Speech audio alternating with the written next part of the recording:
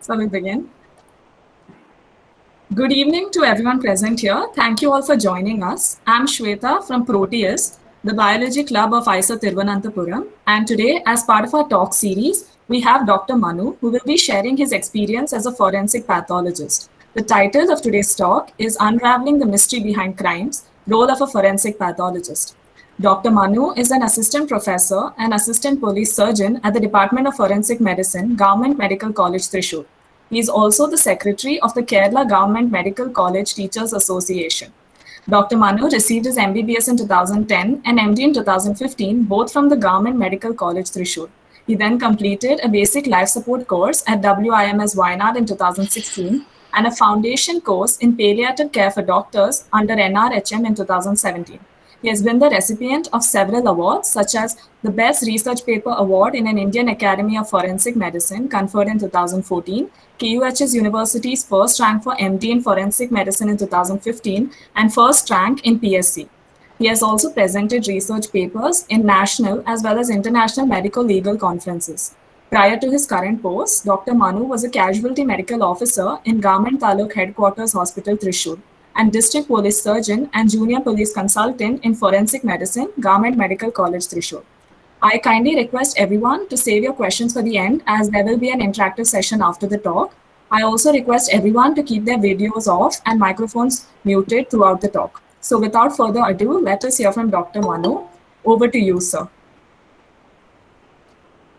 Thank you. Thank you for your kind words. Am I audible? Yes, sir. Okay, thank you. Fine. That's it. Before I start, let me take this opportunity to thank the coordinators of Proteus, or Biology Club, for inviting me for such a session.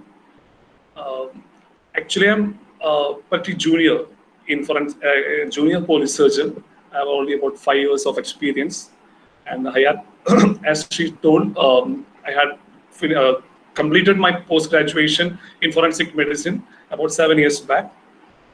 So there is not much age difference. And as you all know, my younger brother had just completed the course from IISER Trivandrum. So before I start, once again, thank you for inviting me for this session. So shall I start? Yes, sir. Okay, fine.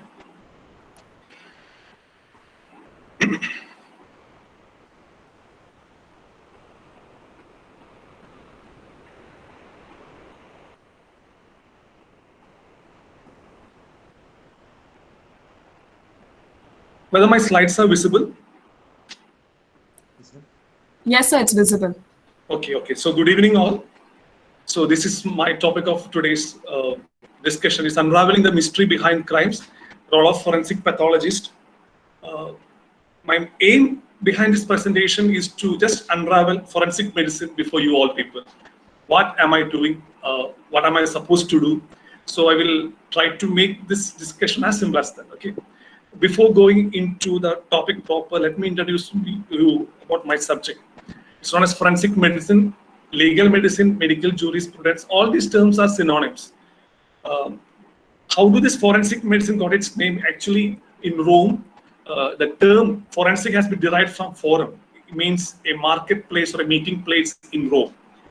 In that marketplace or meeting place, as we say, Gramamukhyan, some village leader will be there, and they will be discussing all the matters there.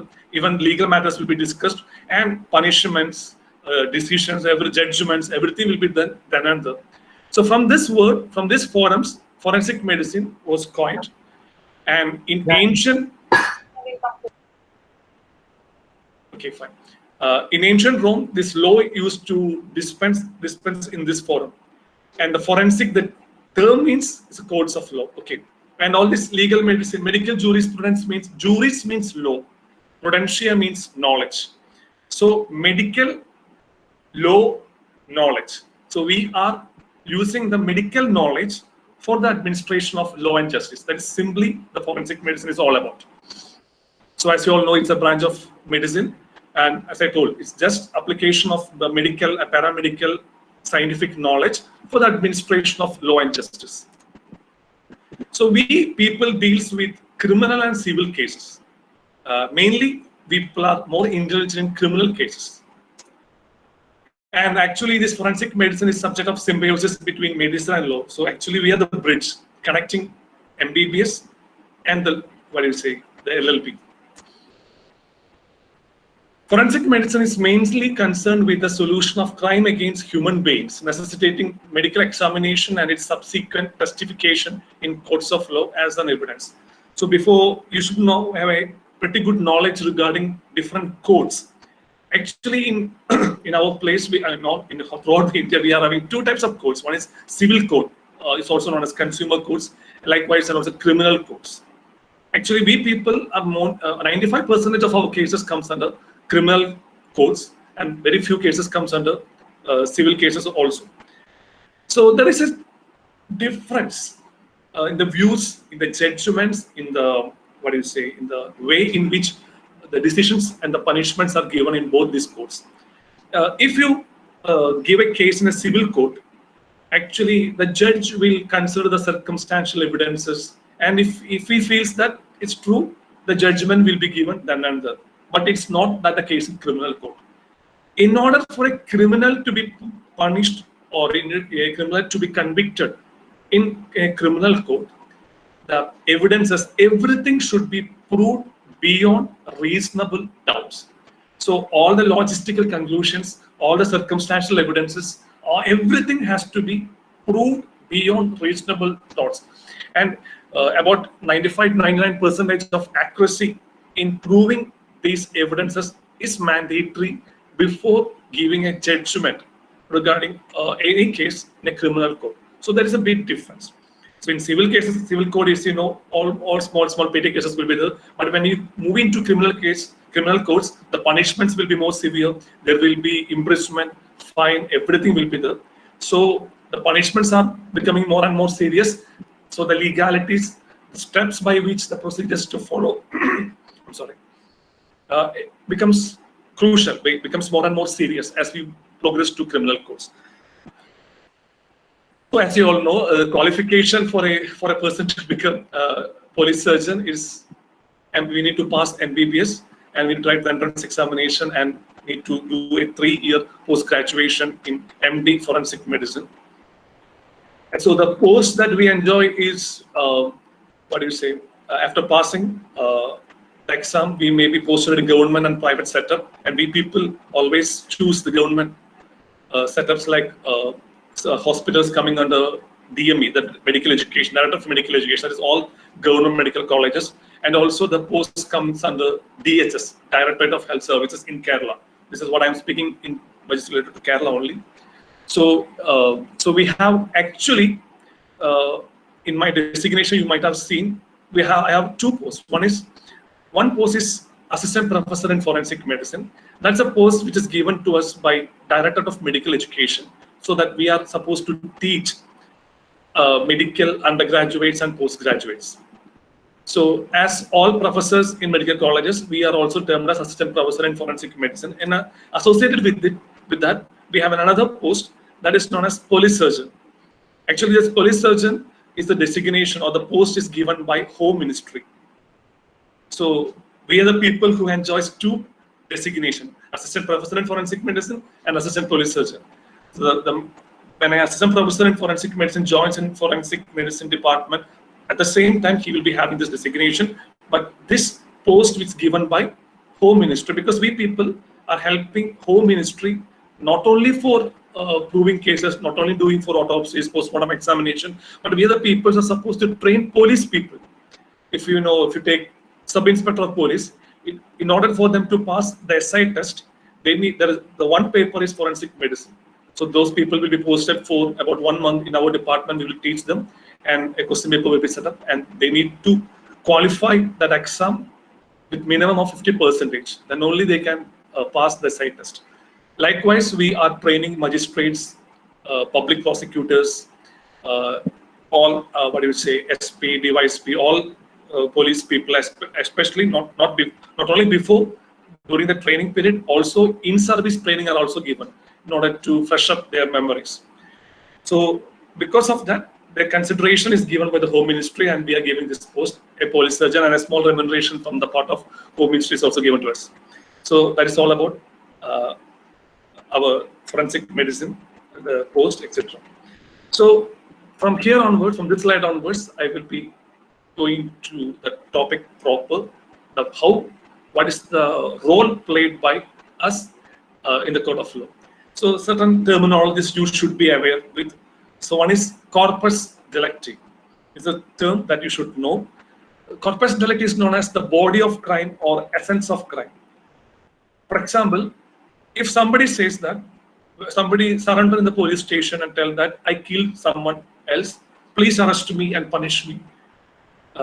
You don't think it's not that easy for a person to be punished. I told you in criminal court, everything has to be proved beyond reasonable doubts.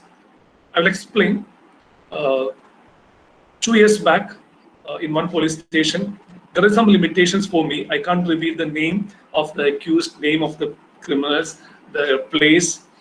Everything has to be, because certain cases which I am going to discuss will now also they are in the court of law. So I'm not supposed to discuss the whole case, which are already discussed, already punished, already finalized cases. I will show in detail. Okay.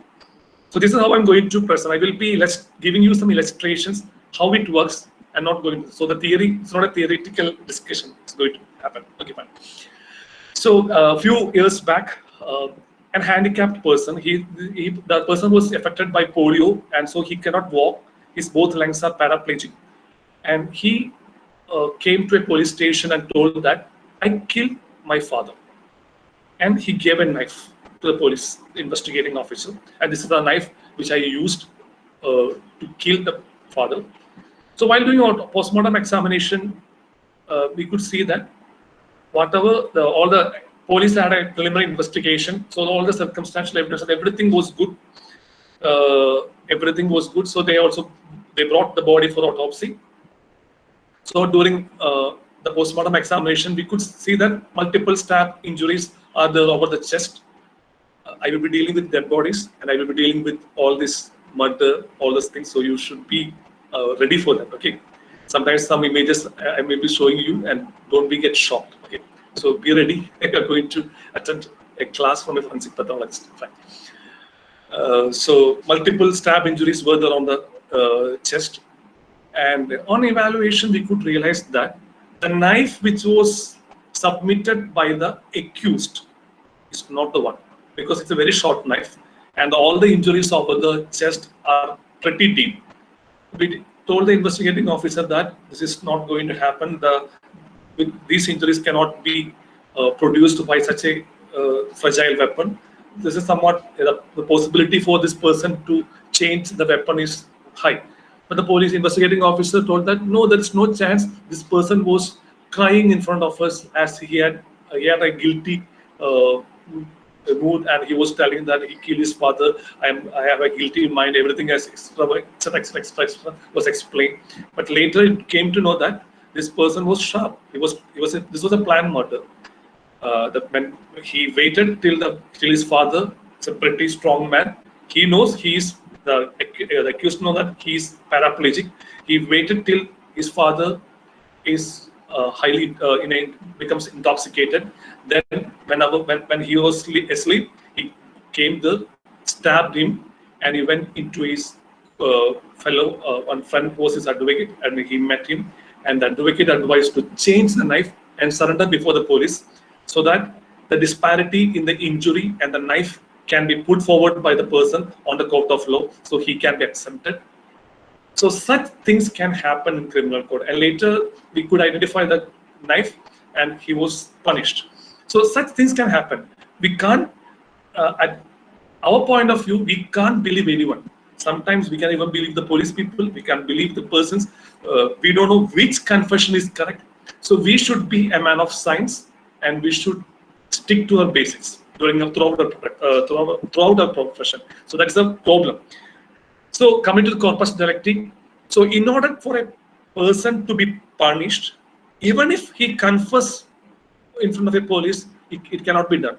We need to get the body of the crime or essence of the crime, like dead body, evidences, postmortem certificates, all the circumstantial evidences, and it should be logically correlated, and it should be proved beyond reasonable doubts.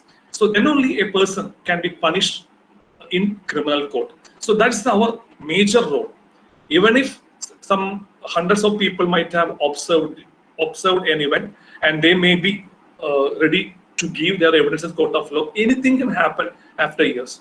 So everything. So even though a murder has been visualized by a umpteen number of persons, the body should be subjected to autopsy examination.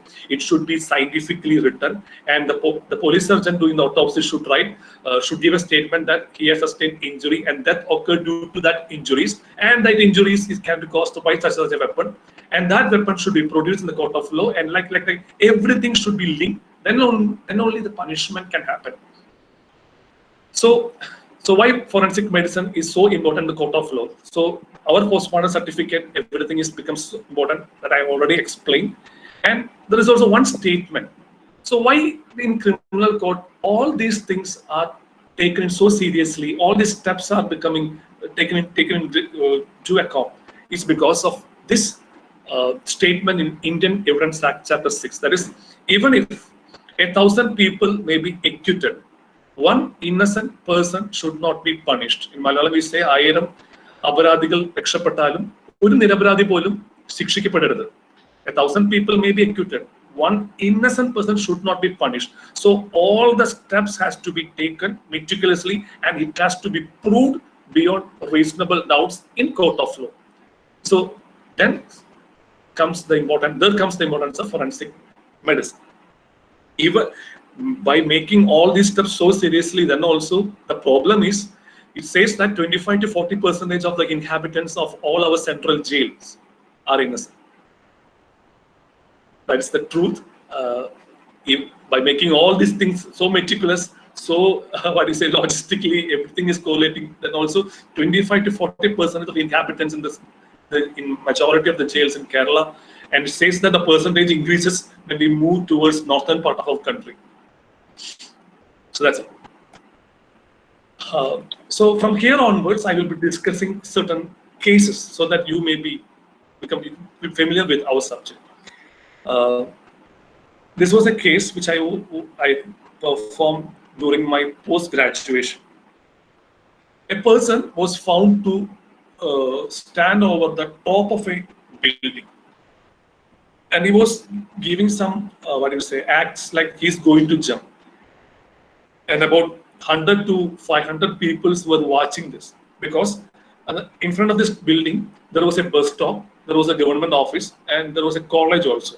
So the time was the evening, around 4 to 5. So all these college students, everything was watching this man standing on the top of a building, and many of them are shouting that he was standing over the roof. There was a partial wall was there. He was standing over the wall. So, and he was actually was walking over the wall, and he was having an unsteady gait. So he may be intoxicated, or he may be a maniac person, or a schizophrenic person. So all people who are standing at the bottom on the ground started shouting, ask him to move back. He told that no, I'm not going to move. I will be going to jump. Some gestures were shown by this person. Meanwhile, these people contacted police station and fire force. So the police people and the fire force came. By the time police reached the top of the building, by the time this fire force people arranged all the rescue measures, this person jumped from the top of the building and he died at the moment.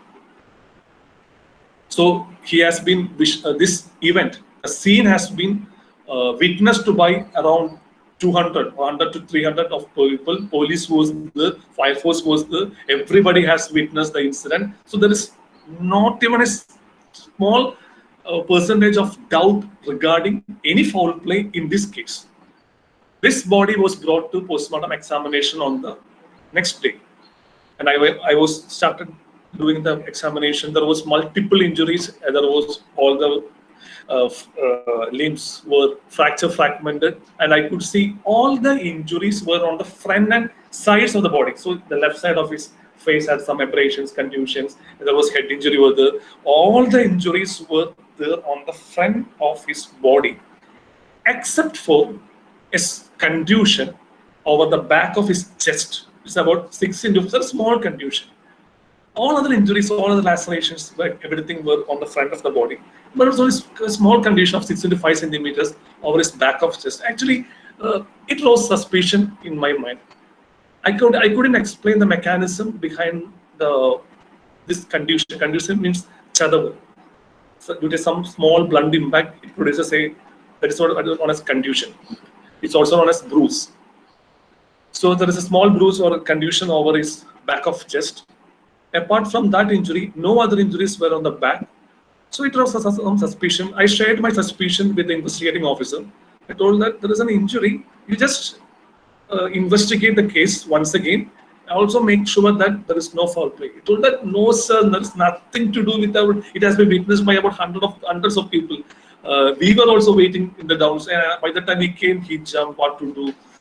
Suicide tendencies, and we suspect he is also a mental patient. And on a postmortem examination, he was heavily intoxicated. Smell of alcohol was present. That is very good smell of alcohol is present over his body and over his chest. So he's intoxicated, and because of his intoxication, he loses control and he jumped. I just investigate, and I just finished my case. I came back on that day evening. I received a call. From the investigating officer. Sir, what you said is right. There was some foul play. Actually, it surprised me also. Although I shared my suspicion, I never thought that this case will be a murder case. He told that we are going to alter the section. We are going to make this case section 302. 302 is IPC 302 is murder. So I told what happened. Actually, on the top of that building, at the time of that crime, or at the time of when the person was about to jump, there were 2 other people, and 3 of them were friends. This person had lent some money to those to his friends, and telling their friends told that if you come to the top of the building, we will give you the money back. And he was invited because meanwhile, in the previous days, this person, the deceased person, has frightened them that if you don't return my money, I will make some scene, something like that. So they told that you come to the top of the building, we will give you your money back. Telling that, he was invited, and they had consumed alcohol, and they made a bet. They asked them that in this intoxicated state, if you can stand over that roof, that wall for about 30 minutes, we will give double the amount we have borrowed from you. This was the bet. He told that, yeah, I will stand. They thought that he was heavily intoxicated. They actually mixed the drinks. Although he had consumed only 3 or 4 packs, I don't know. But they have made sure that alcohol content entered in his body is so high. So he was having a waddling gait, and he was asked to stand over the wall. The problem was, to their surprise, this man could stand for a good time. Not only he can stand, he started walking over the wall. Although with an unsteady gait, he managed to be there for good time. So about when the time period given, 15 minutes or 30 minutes, was about to finish, he told that the time is going to end. You are going to give me double the amount you have taken from me, or else you are going to be punished. Some statement was uttered by him. At that time, his friend took a brick and threw it over his back of his chest. So the moment the brick hit over his chest, he lost his control and he fell down. This was not witnessed by those people who are standing on the ground. That is what happens. Usually, whatever we witness may not be the truth. So in all times, whenever we are summoned in the court of law, we are asked to take an oath before the court. It says that whatever we say, whatever we speak in the court will be the truth, the whole truth, but nothing but the truth. This is what the oath says. So we need to speak up the complete truth. Truth is correct. He died because he fell from the building. But the complete truth was he was made to fall by his friends by a throw, and they were booked for 302, and they were punished in the subsequent years. Okay, fine. So this can happen. So whatever we witness may not be the truth. And actually, that is the beauty of our subject also. Each case is different. So each case is different. The circumstances leading to that crime is different in each case. Sometimes we may burst into tears. Sometimes we will be angry with the assailant. Or it can happen. And all the things can go in all other ways. So we can't believe anyone. So the truth is always stranger than what you say. The truth is always stranger than what happens. So this is the thing that we used to have. Actually, after my MBBS, I was looking for a MS degree. I would like to be an orthopedician. So after completing my house residency, I was dreaming to become an orthopedician. Meanwhile, while I was working in Chittoor Taluk Hospital, because after our MBBS, we will be asked to serve in a rural place for about 1 year. That's a compulsory rural service. It's also known as CRS. So CRS for 1 year was at Chittoor, Palakkad district. I was posted as casualty medical officer. One day afternoon, by around 3 p.m., a body was brought by the one constable. It was the body of a 99-year-old grandmother. She was found dead in front of her house on that day morning. So I just called the superintendent, sir, such a body came. I don't know how to do the autopsy. Although we have witnessed about 10 to 15 autopsy during our course, we are not the masters. And I don't have such idea regarding the forensic medicine, because at the time we see dead bodies, we were not in a mind to study. I was not interested in forensic medicine during when I was doing my MBBS. Later, what happened was that Sopan told that no faculties, no consultants are ready to come at this 3 p.m. today autopsy. Manu, you somehow adjust, somehow perform. But what is to fear? This is a 19-year-old grandmother. She needs some cause to die. Do autopsy and write that she died due to occlusive coronary artery disease. Occlusive coronary artery disease is nothing but heart attack. You write something and finish off the case, because there is no suspicion for the police. Nothing was that sort of from the relatives, neighbors. A 99-year-old grandmother died. What is the risk?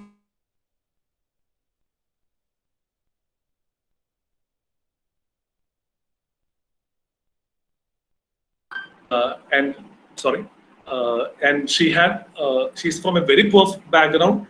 She had only one son, and that son is also a lunatic. So there is no money with her. There is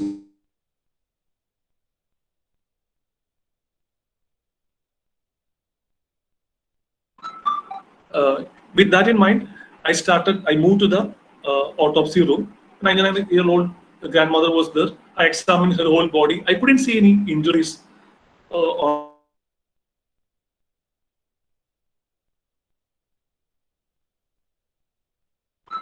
when I opened up the abdominal cavity, I was really surprised. Large amount of blood started coming out from the abdomen. And I was really surprised, because I don't know what happens to blood after that. I heard that blood will clot after that. So when you open the abdominal cavity, how come this blood come out? What happens to blood after that? There will be a primary hypercoagulable state. Later, the blood will become more fluid. So the blood will become more fluid than the living person. So what happens? So if there is a small wound after the death, if it is not dressed, there will be continuous oozing from that wound. So that happens. Okay. So in this case, I don't know that whether the blood came from an injury or whether it is real. I was really perplexed. When I examined the organs, I could see the liver was ruptured, spleen was ruptured, intestines had some contusions. Actually, I was going sick. What is going to happen? I don't know. If I commit these injuries, this was going to be died following an impact, and I will be forced to say what is the reason behind this impact. Or as the superintendent, can I close the case by telling that she died due to occlusive coronary artery disease? Anyway, somehow I decided to share my findings with the constable. The investigating officer was someone, and I shared that she had sustained some injuries over her abdomen. Her liver and spleen are seen to be ruptured. So the possibility for a blunt impact to the death is there. And he said, fine, let us investigate. He went away. I was not sure regarding my findings. But the next day morning, investigating officer came to my cabin at like 8 a.m. sharp for taking my statement. He told that, sir, the possibility to have, sir, that was a murder case. The case was like, I told you, actually it is a very small house. Very small house means the house contains only one single room, one room. The kitchen, everything is there in that room, and there is a small veranda outside. She is living with her only son, and his age is around 67 years, and he is a schizophrenic patient. He's lunatic. He's mentally ill. So during his maniac period, what happened is that he suffers a delusion. Delusion means fixed false belief. That is, there will be some belief in lunatics, and it cannot be changed how far you show the evidences. And his delusion was that his mother is going to kill him. So all time when he becomes schizophrenic, he will try to, what you say, injure or try to disturb his mother. He will throw things, he will try to stab. So he will be locked, usually in all days, he will locked up inside the room and she will lie outside. Because when he will drag to her and start to stab her. On that day, what happened was that he broke the chain, went out of his house, and he saw that his mother is lying there on the veranda. And he stabbed her to death. And he went out. The police people came to know regarding this. After he left his house, he started shouting that, I killed my mother, I killed that dog who was trying to kill me for the last few years. I killed her, shouting that he went away. And this was heard by his neighbors, and he was but there was no chance for any punishment because he's a lunatic and he's the thing is, in the whole world, there is only one person who is looking after this person. That was his mother, and he killed her because he's mentally unstable. After that, what happened was that all doctors came to me and started telling that, oh, Manu, you tried to solve a case. We heard it's very good. This, induced interest. Is there any problem? Hello? Am I audible? Yeah, you're audible. Please go ahead. Maybe John, can you mute, please? Done. Yeah, please carry on. Okay, thank you. And what happened was that, and after that incident, I had interest in the forensic medicine. I started reading, and that's the reason behind I am here for this. So that's it. That's the past.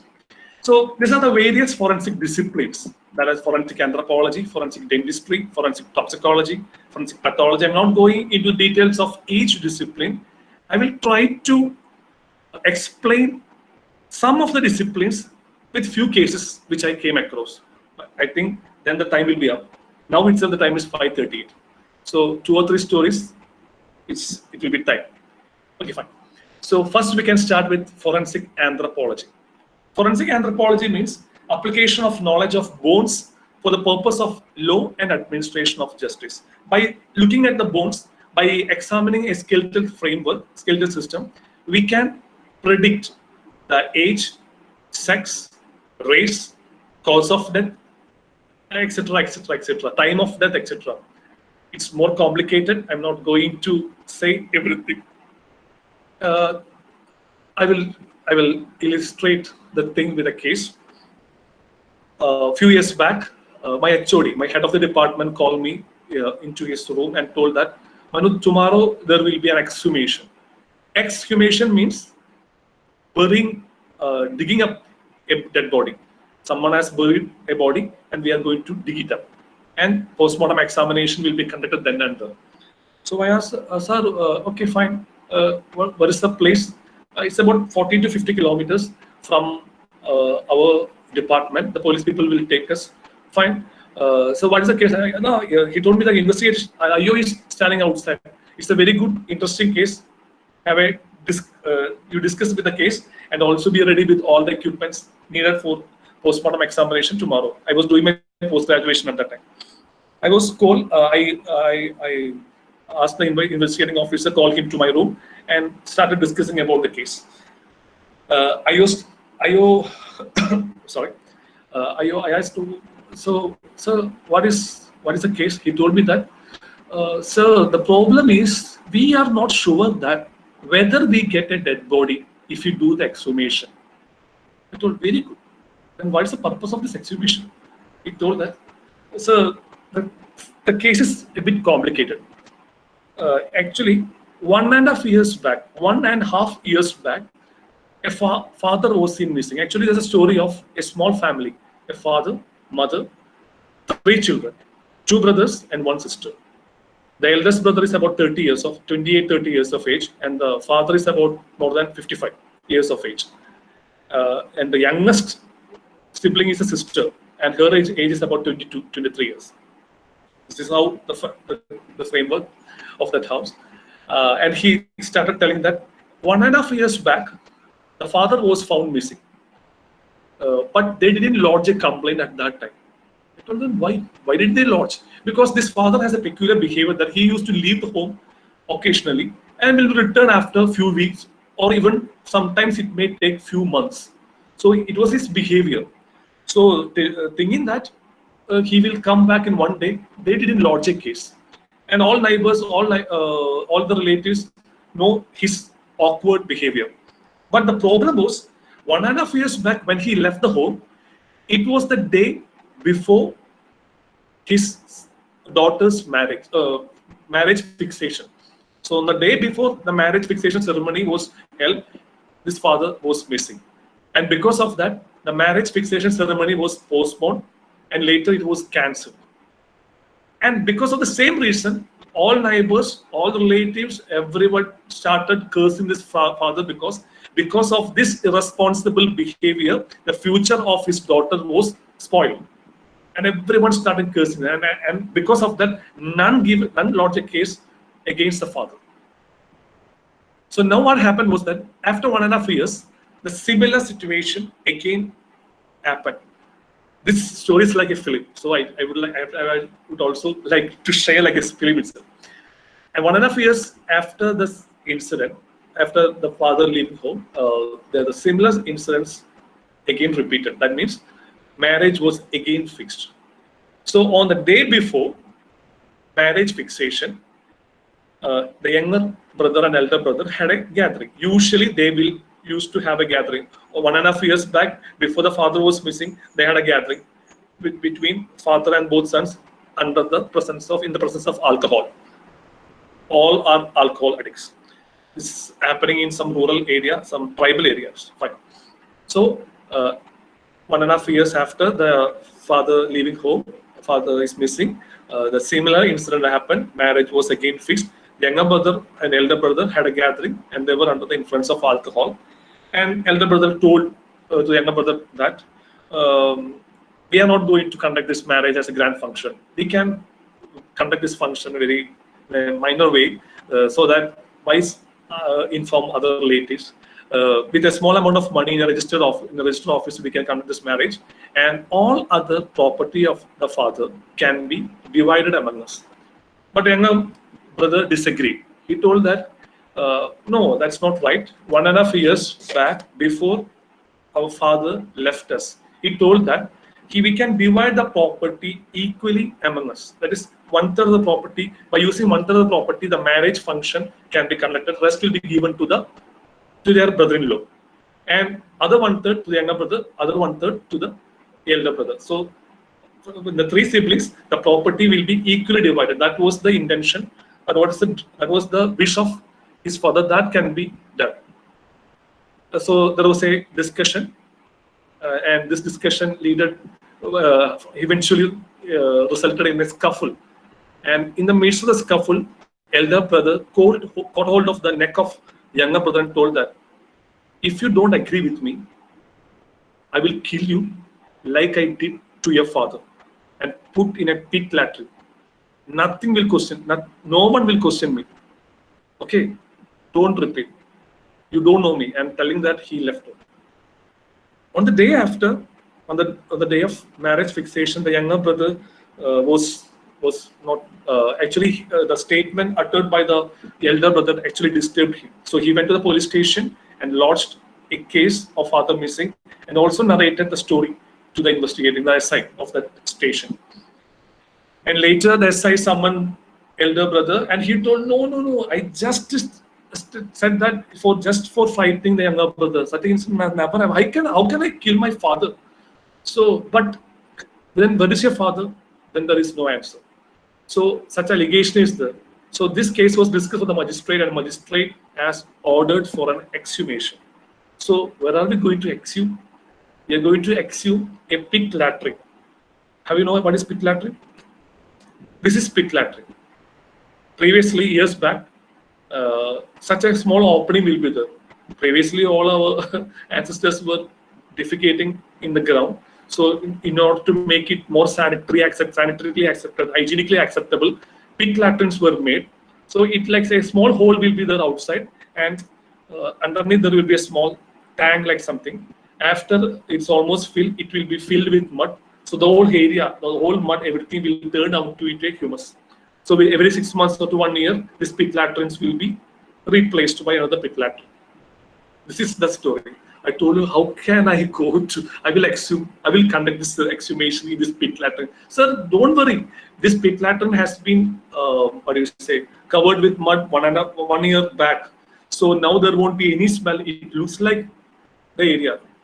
So anyway, I had many, some problem with thinking that. Anyway, we went to the site on the next day morning and started exhuming.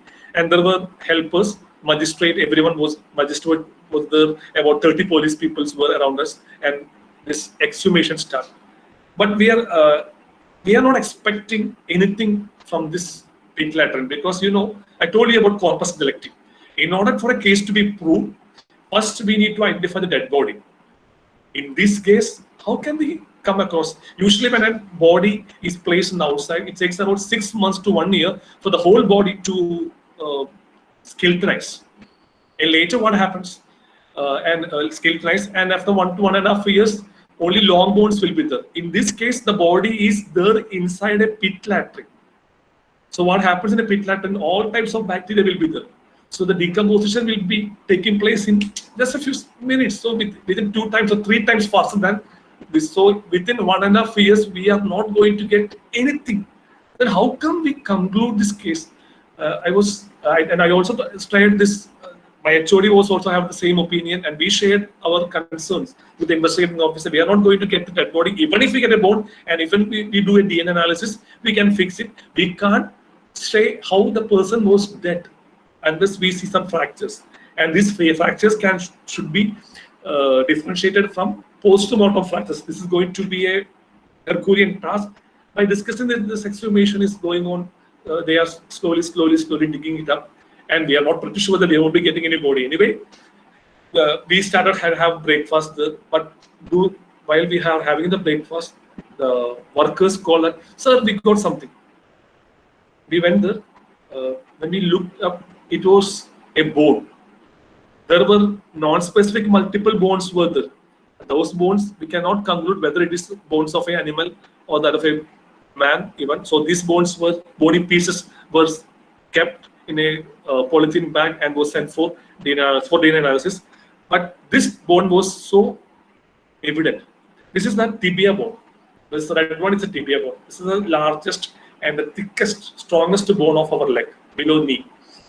And we could say that, don't ask me why there is only one tibia bone, that too the bone of right tibia. Don't ask me why a longer bone like femur. We didn't get any femurs. We didn't get any humerus, bones over the upper limbs. We didn't get any vertebral column. We got only one bone. That too, the proximal 2/3, the distal 1/3 was destroyed. Only this proximal 2/3 of tibia. By examining this bone, we could finalize that this was a bone of a man of age more than 50 years. Bit complicated. I'm not going to discuss how we came into conclusion. By looking at the bone, the examining bone, we can conclude that this was a man, bone of right tibia of a male human being of age more than 50 years. But how can we can't fix it to this individual. But there was a finding in this proximal part. There was a callus.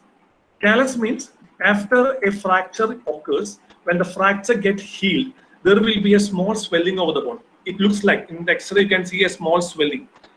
There will be a small swelling at the fracture site due to it is the way by which the fracture is healed.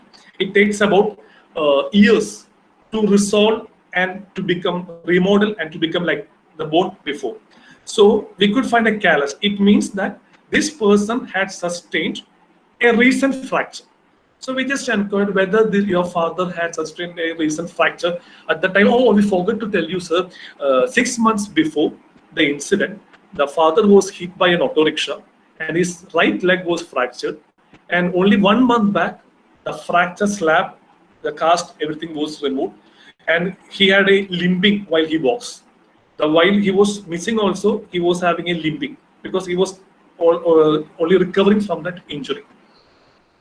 With a single bone, not even a single bone, only a distal or proximal 2/3 of a single bone, the identity was revealed. But here also, the problem is we identify the weapon and the rest of the bones were sent for DNA analysis. We can identify that this was the person, but the eldest son cannot be punished because we had never identified the cause of death. Now also, he is not in a way to reveal how he killed his father. Again, we continued our exhumation. This presence of this bone after examination, actually, our interest on this exhumation became increased very much. Everybody was closely watching the exhumation. Slowly, they digged up. Many non-specific bones came, non-specific bony parts came. Nothing can be finalized. Later, when we are about to stop the exhumation, the worker again called, "Sir, we got something." We went to that. Actually, it was a piece of human tissue. The thing is, it is the neck of that person. The neck of the person went into an adipose formation. I am going to show you an adipose here. Don't be frightened. If somebody have anything problem to see a dead body, please close your eyes. This is how an adipose formation looks like. Adipose formation means it's a modified type of decomposition. Usually, what happens when the body will decompose and it will be it will be reduced into skeleton, then it decomposes and it will ultimately becomes mud. But the problem here is that in a place where high temperature and high amount of moisture is there, the body fat will be hydrolyzed and it will be turned into fatty acids. So when the fatty acid, the acidic content of the body increases, the acidity will prevent bacterial proliferation. So those bacteria which are commonly present in the decomposed body can't survive in a high acidic environment.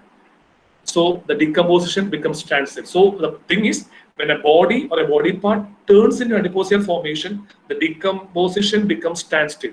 So all injuries which are present in that body, the identity of the person will be revealed after that because the decomposition becomes standstill. This is the very idea behind the adipose formation. I am moving to the previous image so that it can be possible.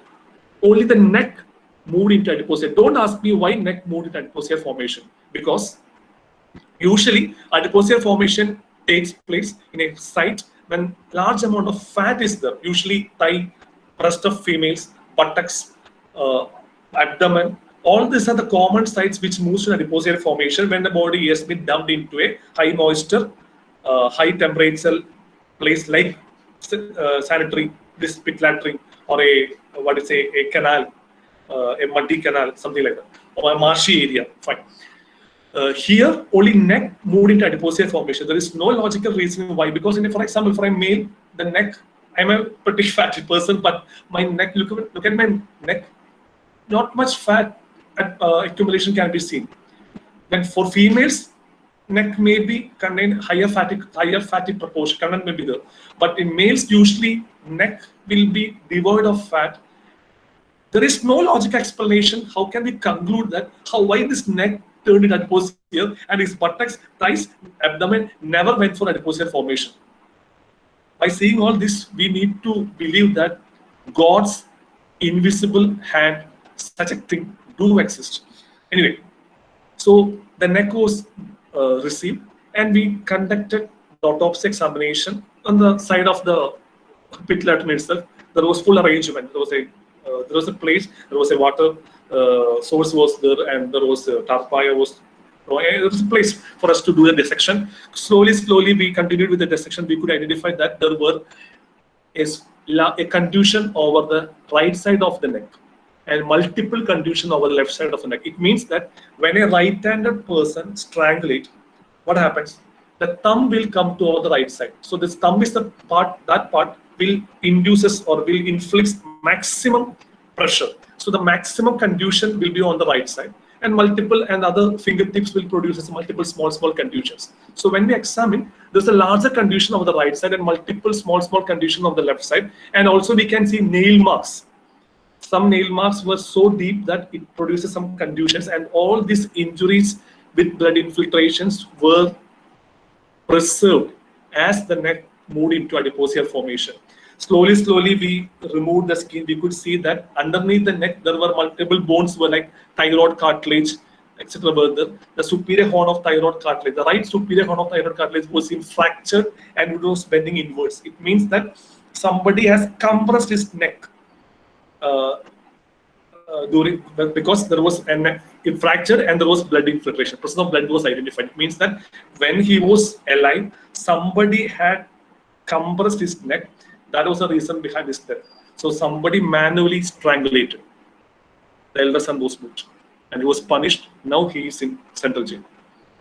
So our logic doesn't stand. Sometimes I started believing, actually I believe in God, but my faith in God actually increased by seeing such cases. Because while we are doing the exhumation, there was a presence of a small wind. It was very good, pleasing wind was there. So the Tahsildar, the magistrate, was telling that, oh, this wind denotes that some spirits are trying to help us. And we laughed. He is not a scientific fellow. We are a man of science. What a foolish thing. But after seeing all these things, we started believing. Anyway, so that's it. So we people are sometimes will be exposed to these strange things, and it cannot be logically or scientifically explained, but the crime may be solved. That can happen. It may be because if this crime is not solved, all people, all the relatives will continue to curse the father. Actually, his father was innocent. When the father told that 1/3 of the forget to get the property, the elder son did all this. So anyway, so this is the crime, and these are few important, very famous cases which are related to anthropology. This is the Parkman murder case, Acid Bath murder case, very interesting cases. Alavanda murder case, Jasmine Fiore, and there is Tandoori murder case of India, are very interesting cases by which you can, if you are interested, you can read with. All cases are there in Wikipedia also. So just Google it, you can read it. Very interesting. Now I move to the next discipline. It's forensic toxicology. Time is almost going to end. So here in toxicology, if the organizers want me to finish, please remind me, okay? Or else I will be continuing with this case. That's the problem. Anyway, this is the forensic toxicology. This is a subject deals with the nature, source, clinical manifestation, diagnosis, treatment of poisons apart from evidence. Here we use our knowledge on toxins, how it acts for the administration of law and justice. I will explain. I will illustrate with a case. I heard that many people, you people are doing research in. No, I'm not going to break the suspense. Right. The history of the case was a 6-year-old boy was presented with history suggestive of lower respiratory tract infection. 6-year-old boy having some infection, and he was having wheeze following that infection. That is known as LRI with wheeze, lower respiratory tract infection with wheeze. Can be a viral or bacterial. and for 3 days duration, he was taken to a nearby hospital. The doctor advised him nebulization. Some nebulization was preserved. He was started antibiotics. Some injections were given. Patient was symptomatically okay, and he was treated conservatively and sent home. And asked him to continue the medicine. If he developed wheeze again, please don't come here. Go to a nearby hospital and have this inhalation, because he may develop wheezing in the due course of this illness. This was explained by the doctor. Later, what happened was that actually he visited the doctor on one Wednesday, Thursday over, Friday over. By Saturday, the antibiotics started to affect. The child became playful. He started having food. It was almost okay. On the Saturday, after 2 days, the boy went to sleep after dinner. He got up. He got up early in the morning with complaints of cough and breathlessness. Some coughness, some breathlessness was there. So the parents thought that, oh, that LRI with wheeze might have increased, so exaggerated. So you should take to the nearest point to have nebulization. Actually, this incident occurred near Kudiran, Palakkad. Okay. He was started to take a nearby hospital, but there was some delay because they didn't get a car. There a cab, and later, waiting for about 1 hour, they got an auto rickshaw, and by this help of this auto rickshaw, he reached a nearby clinic. The queue of the patients was a bit high, but seeing the pathetic situation of the child, the nurse in charge has bypassed the whole queue and took the child in front of the doctor.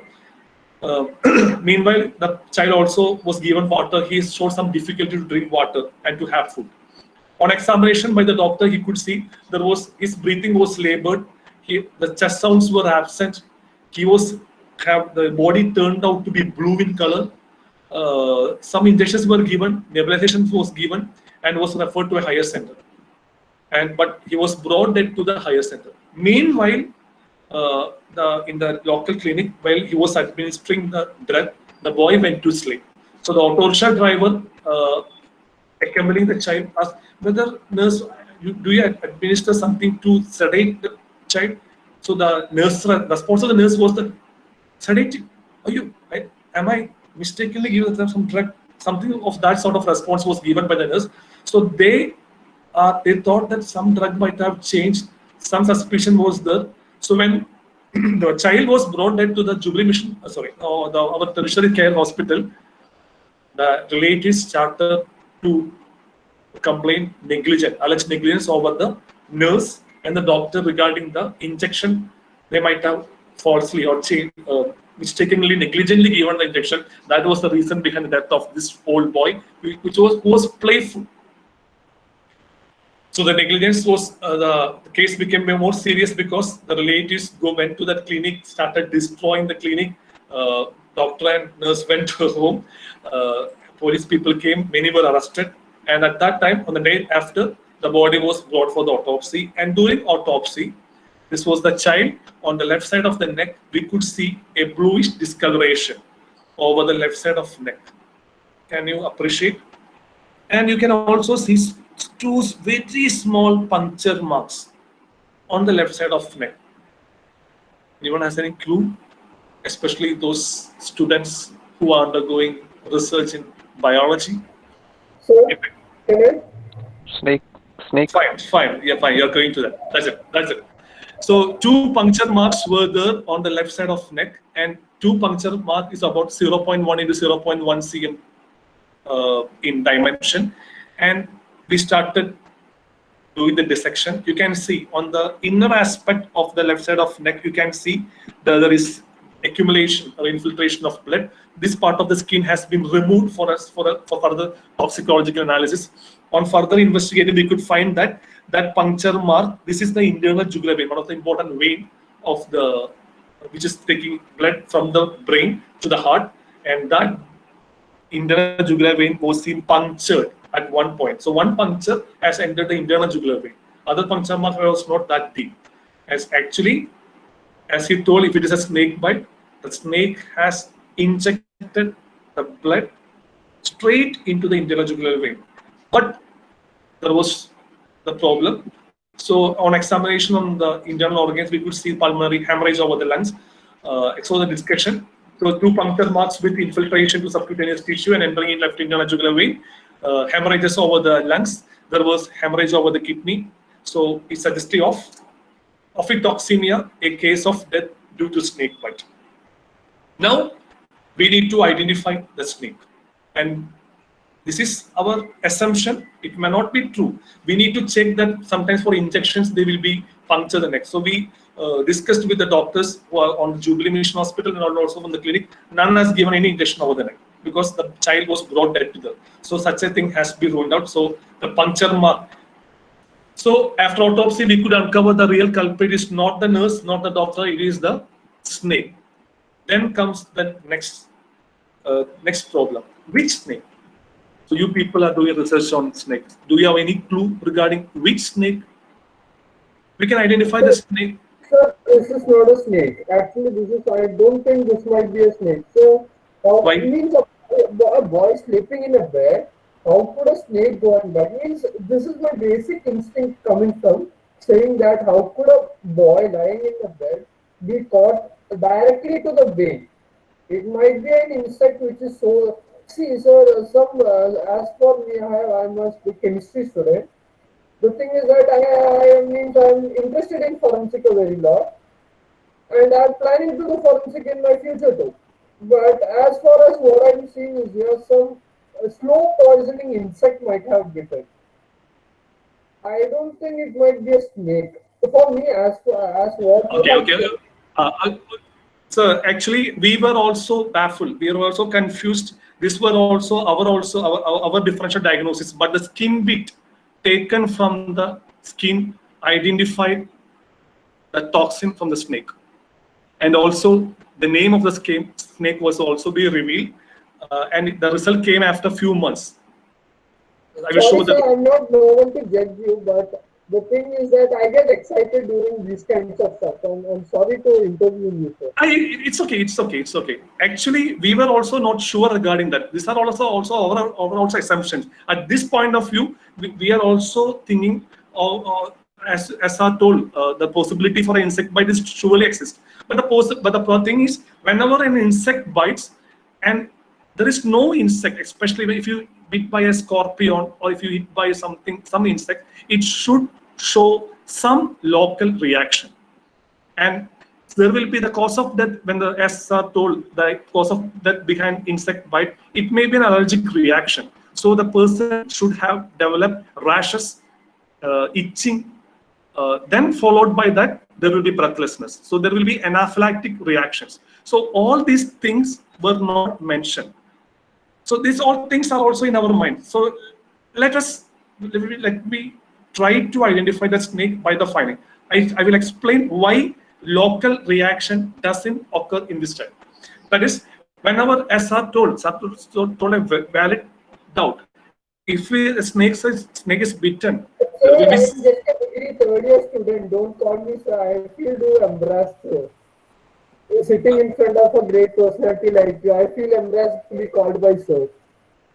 it's nothing. Anyway, actually we are discussing the scientific facts whilst sorry. Anyway, so we are trying to identify the snake by using the things. Okay, as you told, there's a possibility of a snake the insect might be bitten. So there is no anaphylactic shock, there is no local reaction, there was no pain, because this pain, local swelling, was not at all a complaint from the part of the boy. Even the mother who accompanied the boy didn't saw any this was a neck finding which we identified only during postmortem examination. Such a finding was not there, such an allegation was not there from the part of the doctors who had examined, from the parents who had examined. Why such a pain doesn't occur? We can move to the next slide. So we can identify the snakes by looking at the snakes. We can also identify the snakes by looking and analyzing the bite marks. This is how we doctors analyze how the snake. This is just an assumption. We are just, by the scientific facts, we are not sure about regarding the bite. This may be the snake. We are going to think. So the problem is, before we find a snake who had bitten, the problem is no snake is completely hemotoxic nor neurotoxic. As you all know, hemotoxic, there are actually big four snakes. Usually in India, the four snakes are usually responsible for the bites. Now it's big five snakes are there anyway. The big four snakes are common cobra, common krait, Russell's viper, and saw-scale viper.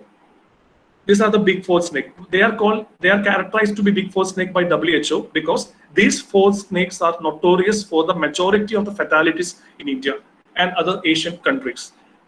Majority of the fatalities following by snake bites are caused by these four. One is common cobra, I repeat, common cobra, no king cobra, common krait, Russell's viper, and saw-scale viper. When we can start with viper bites. Viper bites means the viper in which common cobra and common krait are supposed to have predominantly neurotoxic venom, and all vipers are supposed to have hemotoxic venom. If the person, it was a viper, there will be pain at the bite site, extensive external internal hemorrhages, local reaction will be there, swelling will be there, there will be oozing from the bite site, there won't be any problem in swallowing, nothing of that sort will be there. So, because if somebody has, your friends might have bitten, or relatives, or anyone has bitten by a viper, you can see extreme local reactions will be there. Pain, swelling, blackish discoloration. Many of the, if you have noted that Wawa Suresh, his hands, some fingers are seen to be amputated following snake bite, and it appears to be clumsy, and it's very difficult to watch on a person who had been bitten by viper, especially. But when you compare to a viper, when somebody has been bitten by cobra and krait, the local reaction is less. But if it is completely neurotoxic, it means it causes numbness. So numbness means, so there won't be, it can't appreciate, he may not appreciate, but you might have seen that somebody has bitten by the cobra will be having pain because cobra, I told you, no snake is completely hemotoxic, completely neurotoxic. All are having mixed venoms. And cobra bite also shows some reaction. But krait is supposed to have predominantly neurotoxic venom. So it may appear to be painless, but it is neurotoxic. So neurotoxic snakes like cobra, krait causes death by paralysis of respiratory muscles, and it causes respiratory depression and death. Sometimes some technical terms which I may not be familiar to you, I don't know. I'm trying to make it as simple as that. In viper bite, it's a hemotoxic venom. It causes lysis of the RBC, and it goes like that. It will cause renal failure and eventually result in death. So there are in these four snakes, saw-scale viper, Russell's viper, both will cause extensive local reactions. So we can rule out them. Now comes Russell's common cobra and common krait. Common cobra, the viper will show some local reaction, some swelling. Anyway, pain will be there, some swelling, anything should be there. So the least local reaction will be caused by krait. So the possibility of the krait is more here. So as viper can be ruled out, so the possibility to have bitten by a neurotoxic is small. Then I told you, the boy was having some difficulty to swallow. Such things are seen more commonly in boys. And another thing is also that why the snake, what is the reason behind snake coming into the bedroom and bite? This is so more fear of a neurotoxic venom.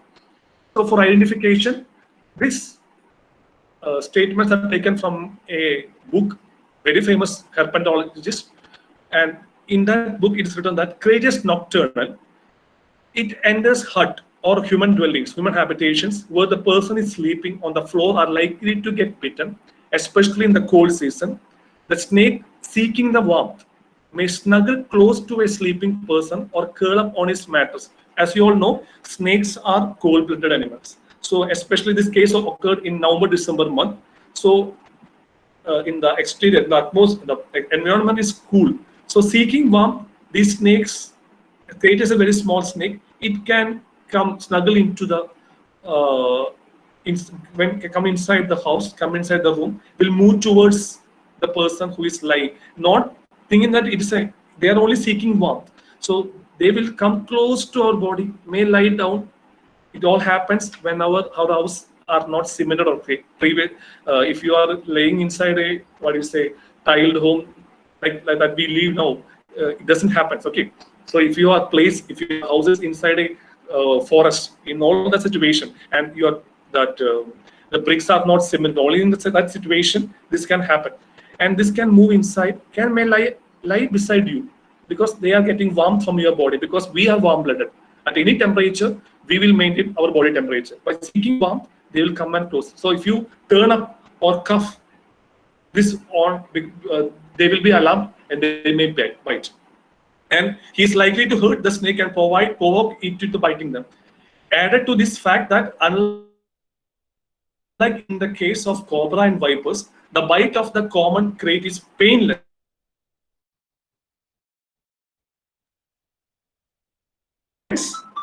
Hence, in northern part of our country, our people are having a superstitious belief that crate never bite.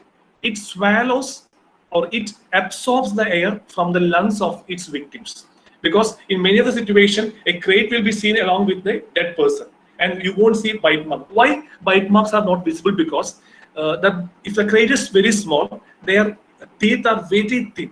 So when they get bitten, what happens? Because of the elasticity of the skin, the small puncture hole may be, because the elasticity of the skin, it may be masked. Why we notice the puncture hole? Because as the time enhances, the infiltration, it has actually it has penetrated into the anterior jugular vein, the front wall of anterior jugular vein. So the blood came out from that. The color of the blood changes as the time enhances, because you might have noticed, if you have sustained some blunt injury, it looks like red on the first day. On the day 2, it becomes dark blue or blue in color.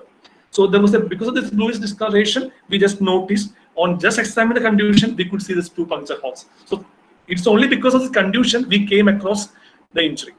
So the victim bitten by the crate will go to sleep and gradually die. This is another statement, and it's because of that the quacks usually say that if you are bitten by the crate, they won't allow you to sleep. Not only crate, any snake, if you are taken into a quack, they say don't sleep because the person becomes very drowsy. He'll move to a sleep. From that sleep, he may not awake, and that's the reason behind the quacks don't allow you to sleep after sustaining a bite from the snakes. Okay, so from this we had identified, we suggested that it may be the crate, and the investigating officer on the next day investigated, and from the corners of the room, snake was identified. This is not like the photo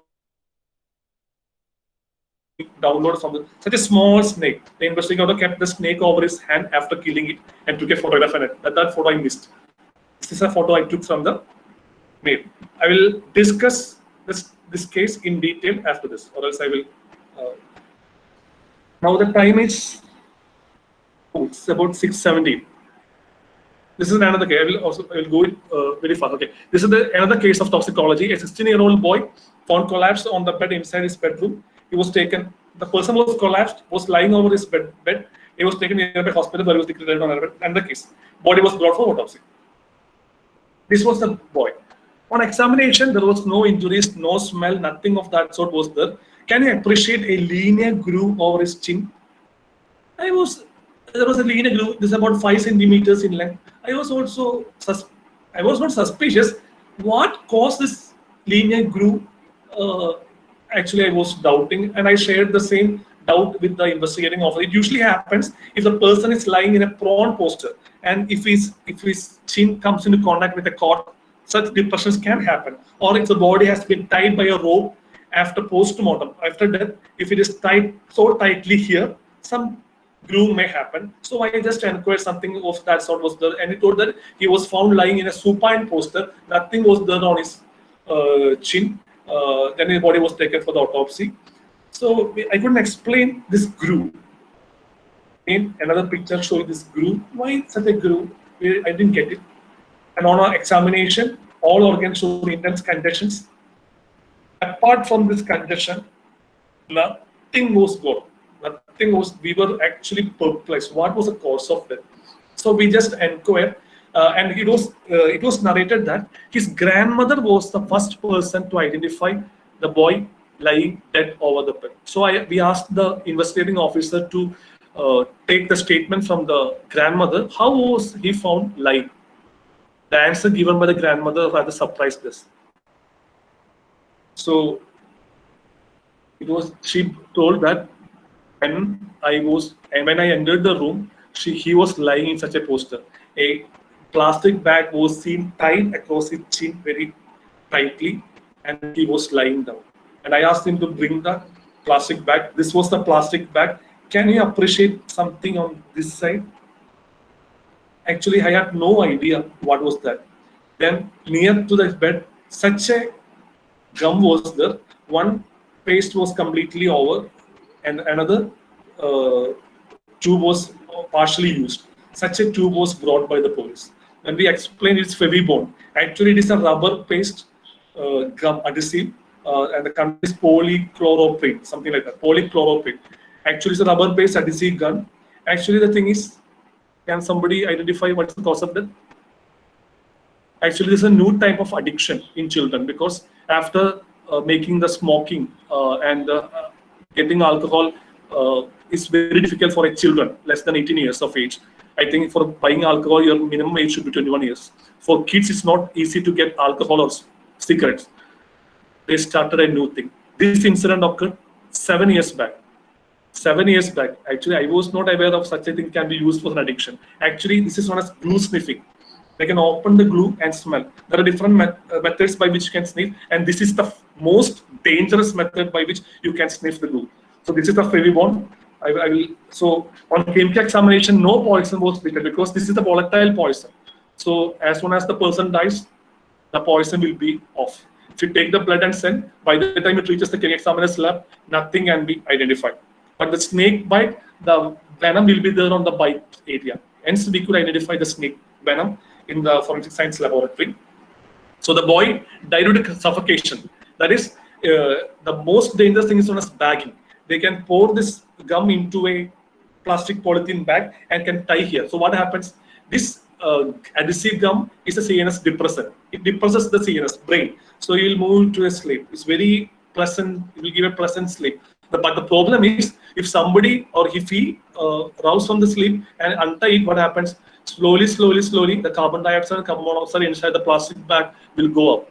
Oxygen will be low. So this carbon monoxide and carbon dioxide are also CNS depressants.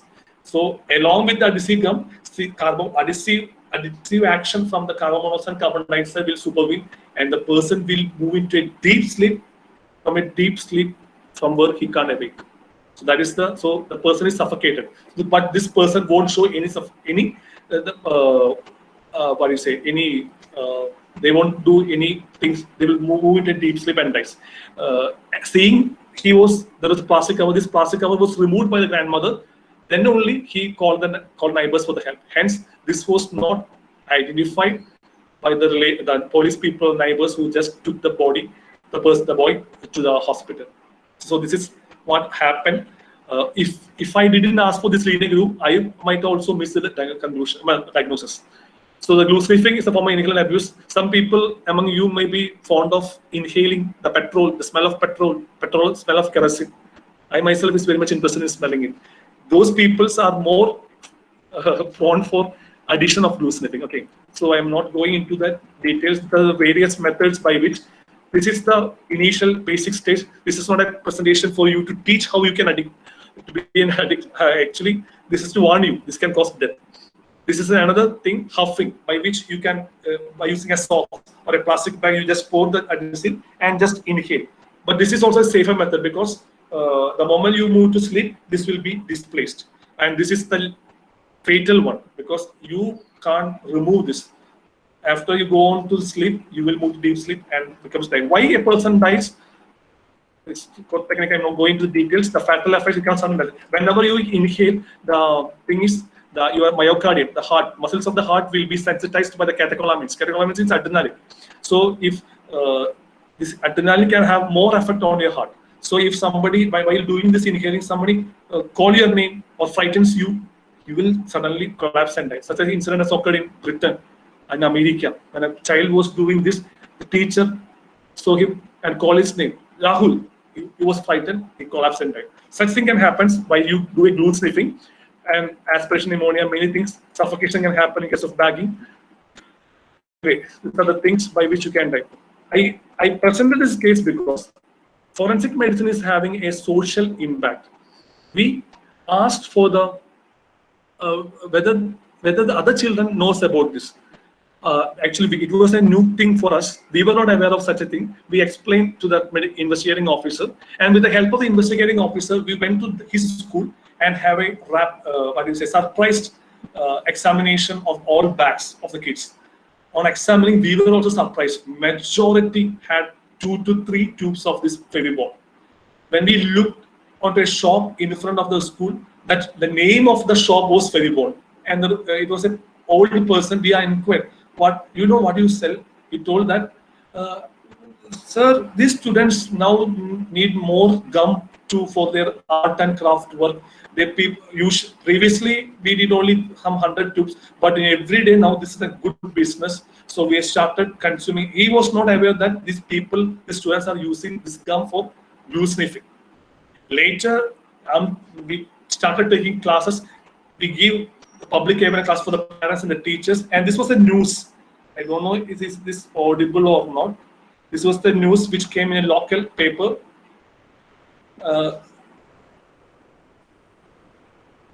Sorry, this was known as a solvent, and this was pretty, what do you say?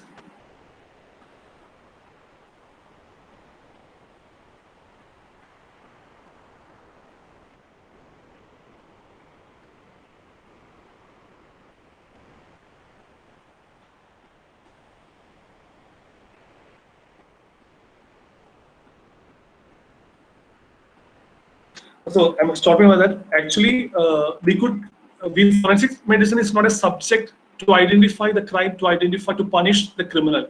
We can also prevent many things. Many people, many students, many teachers were unaware of these fatal effects. So we could give them awareness classes. Everything was done, and later, what do you say? We think that this thing were alarmed, and the gum was not allowed in many schools. Why we reported this case in the media? Similar cases were also being reported in Kollam, Trivandrum, Ernakulam districts also. So such things are happening. I don't know how much of you are aware that such things can cause fatal effects in your body. These are the interesting cases regarding to the toxicology. Many cases are there. Because of the time constraint, I can't go to this case. Sakudatai case is the recent one. Cyanide Morgan case is very interesting case. Umbrella murder case, very interesting case. Just read about this. Everything is crystal clear in the Wikipedia. So take a picture in your mobile and go and read. So moving to the next discipline. Do we need to continue? It's about 6:30. Forensic psychiatry. Shall I stop? Organizers. Yeah, I think due to the constraint of time, I think we should maybe wrap it up and take some questions. Okay. Before I end, I will do one thing. This is a senior investigation, it's an interesting case. It will take time. Before I conclude, these are the interesting cases related to forensic psychiatry. This Edward Drummond murder case is very famous, notorious. This is a forensic pathology department. We use the knowledge of pathology department for it. This is the main chunk of our cases comes under this discipline. Without illustrating, giving a small illustration on this regard, I think this class will be incomplete. Hence, one small case. This is a case for you to solve the mystery. This was the first case in which I used my small intelligence to prove it. So it's not a big thing, because I have an emotional attachment to this case because I had some contribution in solving this case. So this is the case. A person who is working, a clerk in a veterinary college, was found hanging. But the problem is his room was locked from inside. There was no injuries on his body. But the problem is, there was some allegation that he was suspended after killing because this person had borrowed money from many, and especially some blade mafias. He had borrowed some money, and this person is an alcohol addict. Means he do anything for alcohol. Such an addict. Because of his addiction of his alcohol, his wife went away. He was a divorcee. He had no money. He lost his job. He did many work. Now I think he is trying to sell vegetables, sell fish for his earnings. Whatever he money got, he spent it for buying alcohol. On the day before of his death, the Blade Mafia Gunda gangs, rowdy gangs, came to his house and told that tomorrow evening is the last time. If you cannot give the money by tomorrow, we will kill you and suspend you in this room. And they frightened him and left back. There is another, so that is the reason behind the allegation that he might have killed. There is another thing also that in his house, there was nothing, no furniture was available because all the furnitures were sold, even the fan tubes were taken and sold it for alcohol. Not even a single furniture. His height plus his outstretched hand, the height will be about 8 feet. And the roof had an iron rod and it was about 10 or 11 feet from the floor. So it's not practically possible for him to tie a knot over the iron bar. There was no furniture and the knot was near the iron rod. Another knot was over his neck and he was about 1 and 1.5 foot away from the ground. He was hanging. So the neighbors, friends were telling that it's not possible for this person to hang there. And meanwhile, I am doing his autopsy. The rowdy gang leader was arrested, and he told that I told him to frighten him only to get our money back. I didn't kill him. He was arrested and kept in police custody. So after post-autopsy examination, the police person asked me whether there is any suspicion. I told there is no suspicion, but there's a clear-cut case of hanging. How come he got that height? I got it. Yeah, I got it. yeah, share it. Ice was used. Very good. That's it. That is the only thing. That is the only logical conclusion. He was a fisherman. He used to sell fish. There was another clue. Without that clue, it's of here. Because when I came for examination, Sir, I got it. Actually, I got this case because I have solved many puzzles like this. I used to take many case files. Means from my friends who are working in police, I used to help them with the case. Means being a degree student, I used to help them with the case. Actually I used to share this case with police people also. The thing is, the thing which made me to think regarding this case was that when after doing my autopsy, because of this allegation, because of the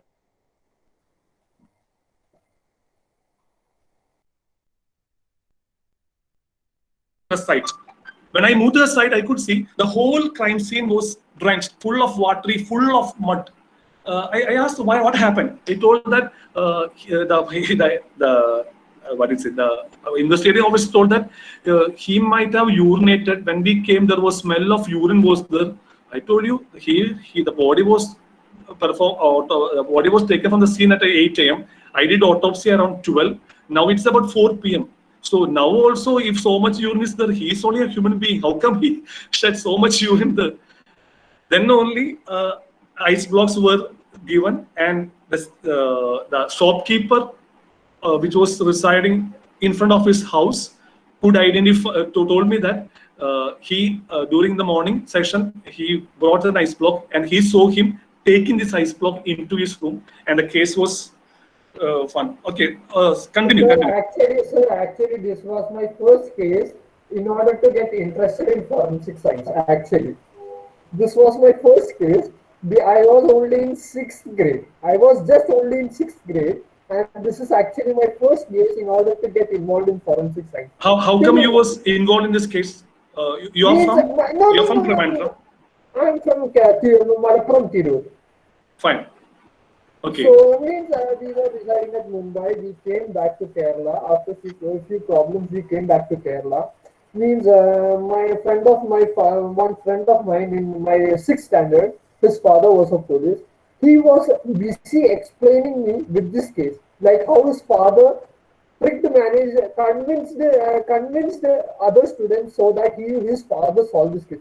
I told, hey dude, just think, there was water you told, right? It was just the ice which was laid down in order to help this. Nothing more Well, than that. that After was fine. that, That was great to hear. after You mistakenly went to ICER. You should have come to our department. Why didn't no you sir, select? no sir, I'm not at ICER too. I'm just a student of a Calicut University student. But the thing is that I promise you, within 4 years, I'll be there at Trivandrum in order forensic. I'll be there at Trivandrum. Welcome, welcome. Actually, it's very interesting. If you are interested in forensic medicine will going to make your future. It's very nice. Sir, there is one thing means the thing is that I have got selection three of the colleges in India, two in Maharashtra and one in West Bengal. But back to in government college,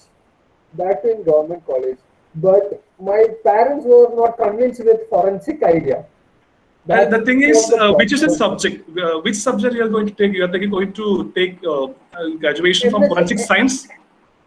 yeah, MSc Forensic Science in Delhi. The forensic science and forensic medicine are different.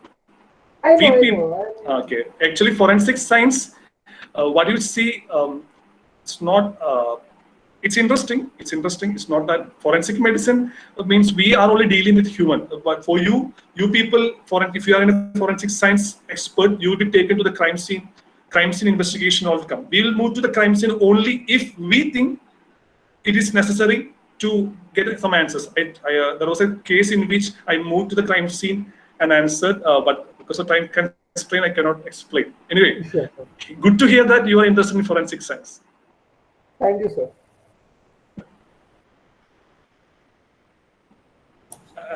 I don't know whether my class was interesting or I don't know how it gone. Yes, Sorry sir. for that. Sorry for that. I have crossed my time limits.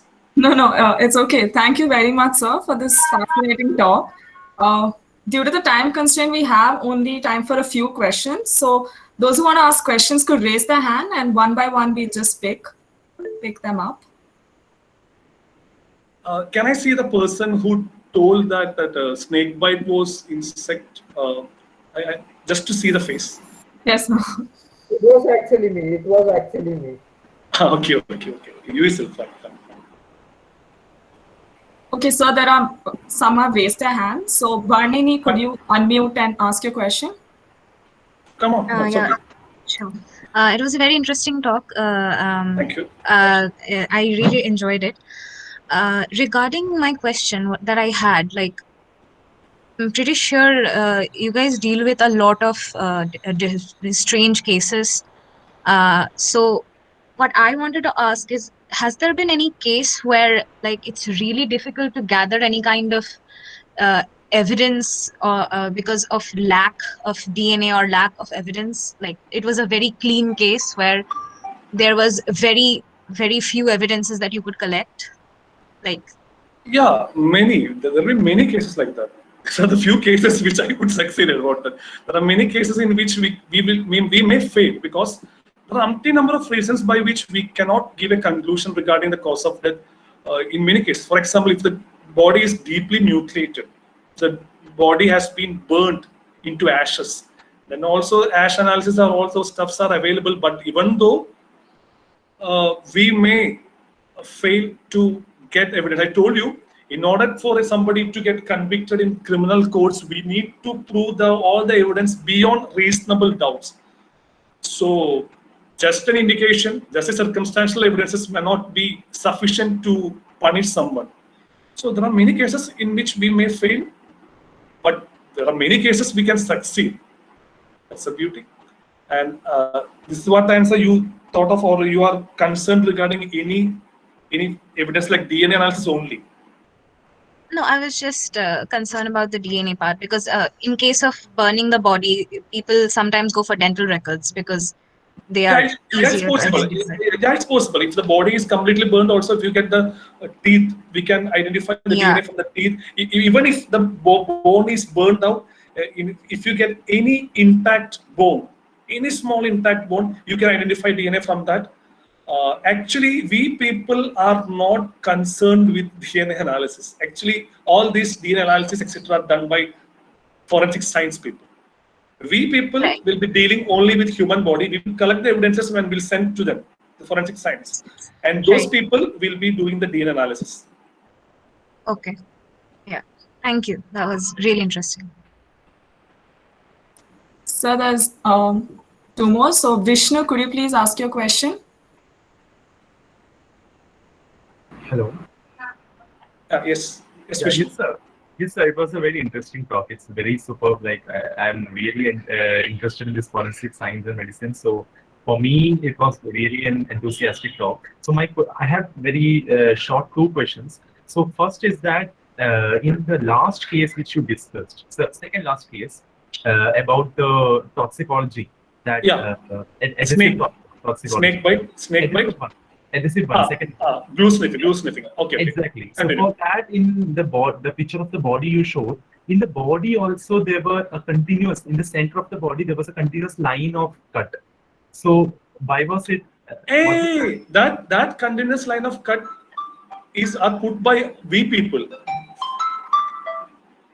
That line of cuts which extends from the chin to the pubis are inflicted by we for doing the postmortem examination. We will eviscerate whole tissues from the tongue to the GIT will be eviscerated and put over the table and will examine. There were no injuries on the body.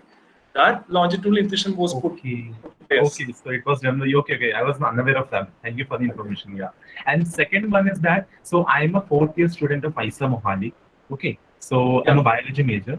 So for I'm interested in forensic science. So for me, how should I, like, if you could tell me, am I eligible to continue in forensic science if you know about it? Otherwise, it's okay.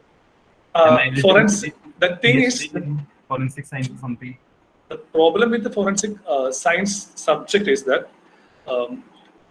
for getting a job regarding that, you are an ISA Mohali, you are having a better exposure, you will be getting a better pay there. But the problem with forensic science is that it's not a professional course. I mean, moreover, you can't practice it privately. You need to practice it under some government head, forensic science laboratories. For example, in Kerala, we have only 2 forensic science laboratories, one at Trivandrum and one at Calicut. And all districts are supposed to have FFSLs, but the problem is it has not been started yet. So after doing your graduation in forensic science laboratory, you need to work in any of this institution for you need to execute such all facility to move to a crime scene. Nobody else from a government official will be allowed to enter into a crime scene. So you need to think. So how to proceed is that now the forensic science, now many movies are coming on forensic science. In Kerala, last year there was a forensic science movie was there. After that, many students are getting interested. And don't think that you people are getting such, such things won't be there. It's not that much respected. For us, when considered to us, we are doctors. I told you we have a post of forensic police surgeon. We people are having a police rank also. And this police rank won't be enjoyed by the forensic science people unless if you read a forensic science director will be having a gunman and a police people. We people, when compared to us, actually assistant professor, I am just a newcomer in the police surgeon, a junior police surgeon. I myself is of the same post like DYSP. And my rank is about DYSP. And when I become a associate police surgeon, I become an SP and it goes like that. So similar things won't be there if you go for forensic science. You need to get a job under a forensic science laboratory for you to enjoy all these things. Thank you, sir. Thank you so much. Forensic science and forensic medicine is different. We people are only dealing with human bodies. Forensic science there are many disciplines for forensic science. For example, like ballistics, regarding gunshots, chemistry, regarding identification of poison, physics, regarding, for example, after an RTA, road traffic accident, analyzing the paint, superimposition techniques, and it goes like, there are many subjects, calligraphy, by reading something regarding the, regarding the writing handwriting. For example, if someone has fabricated a check leaf, if someone has fabricated a sign, how to identify.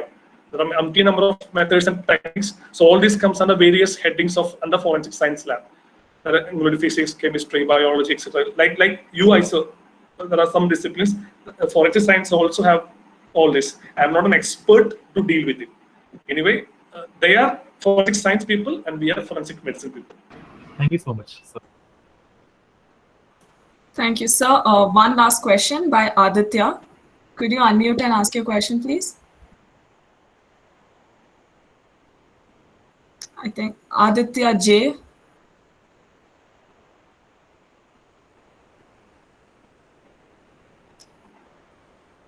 I don't think he's responding. Then Shresh.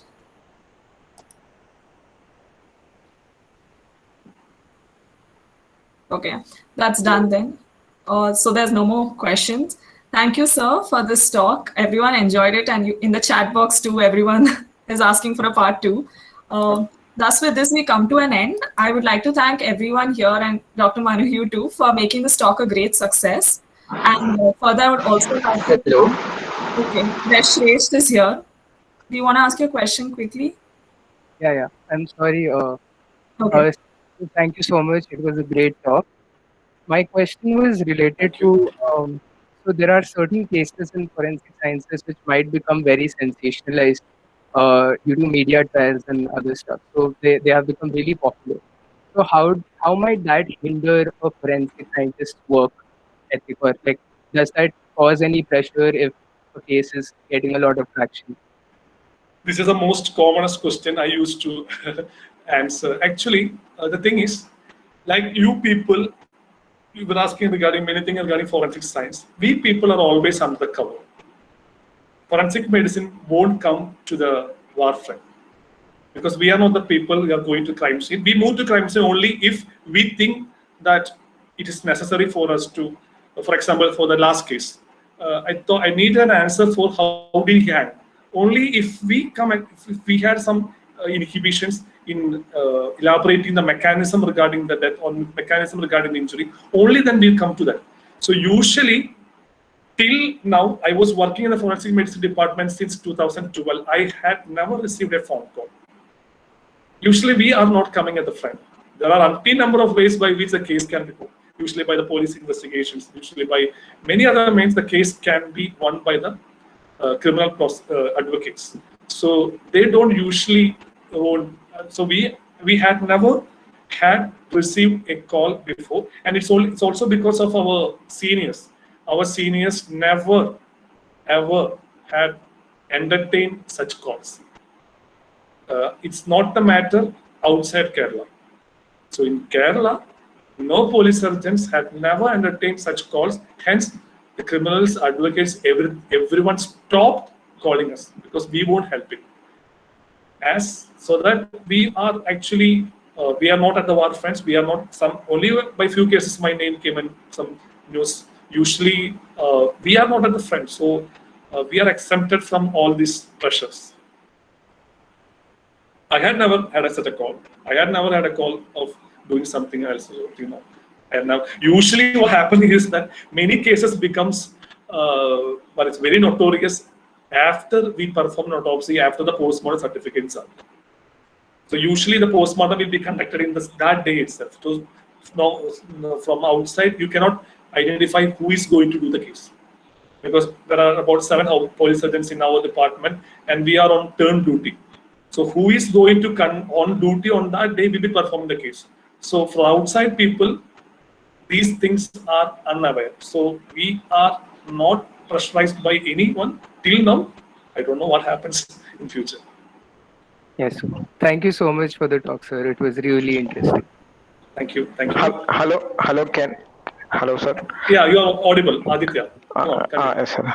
Yes, sir. Your talk was very interesting. It was like seeing 5 Anjam Bhadra movies at one time. Sir, my question was, in your life, in future also, if you face any difficulties and if you want to remove one person, so problematic, you have so many ideas for killing someone in your mind. Do you have any temptation to apply any? Do you have any mental situation like that? Aditya, do you have any friend to be? Do you want? There are many. The thing is, how intelligent are you? How deeply? How you think about? How you plan regarding a matter? I do believe that there is a God's invisible hand. If you are a false person, if the truth is not in your side, how intelligently you framework, you cannot win it. Shall I say another story by which Yes, there is sir. time constraint? Yes, sir. 3 years back, the case occurred in Palakkad. Oh, I'm not supposed to say that. One place, a murder case occurred. The case is like that: an obese lady was found dead inside a artificial collection of water. She was found dead. She had sustained some injury over her head. There was smell of Echinus poison on her body, and such things. Body was brought for autopsy. So there are 4 things. She was found dead in artificial collection of water. So the possibility of drowning is high. She had sustained some injury over the head. She was bleeding from that. So that's the case of head injury. And the smell of Echinus poison was there. So she might have, or she may be forced to take Echinus. There was a rope tied over her neck, and she was strangulated. So the autopsy was started. What happened was that the smell was only there over the hair and only on her clothes. During examination, we couldn't find any trace of poison inside the stomach. So the death due to poison was excluded. There was definitely the head injury was there. Some skull was fractured. So the possibility of head injury. Likewise, a few signs of drowning was also there. But the possibility of she had sustained the head injury prior she was put inside the water is more. So then also the head injuries and by next although there was a rope or tarimal or something like that around her neck, there was no findings to suggest that her neck was strangulated. Autopsy. So after the autopsy, our opinion was that the postmortem findings are consistent with the death due to the combined effect of head injury and drowning. So both head injury and drowning are individually enough for causing the death. So we went to the scene. There was another important finding that I forgot to say. She had a patterned injury over her face, over her chest, over her upper lip. Some injury. That injury is like that. There are 4 to 5 contusions. Each contusion is of 1 into 0.5 centimeters in dimension, and each contusion is separated by about 0.5 centimeters. Are you getting it? I forgot to take the photos. 1 into 0.5 centimeters contusions separated by 0.5 centimeters. Likewise, 4 to 5 contusions in a row. Such that type of patterned injuries over her face, over her upper limbs, over her something was there. Such a pattern was there, and we couldn't identify the cause behind this injury. Later, we went to the scene for the investigation. It was an artificial collection of water. This artificial collection of water is made by government officials because they are planning to build a railway track over there. So they are planning to build a bridge over it's a paddy field. In the paddy field, they are planning to build a small bridge for the railway track to be constructed very soon. And for inserting the pillars, the mud was removed, and that was that pit in which on the previous day there was heavy rainfall, and on that day the water was filled. That is how that collection of water has occurred. So on examining the crime scene, there was a small plant. Behind the plant, we could find that there was a bottle of Echinus, and the top was seen untapped and was kept there. Then we looked in the premises, we could find a small wooden log. It appears to be a part of a chair, a wooden chair, and the bottom portion of that wooden chair was painted. So, and there was blood stain on the other edge. So we could identify that this may be a weapon of causation. She might have hit with this blunt object over her head, and that may be the reason behind her head injury. Seeing that paint color on the bottom of her wooden that furniture, that wooden log, I asked that why she came here. This incident might have occurred in, day before yesterday night. So yesterday night, actually there were no house nearby.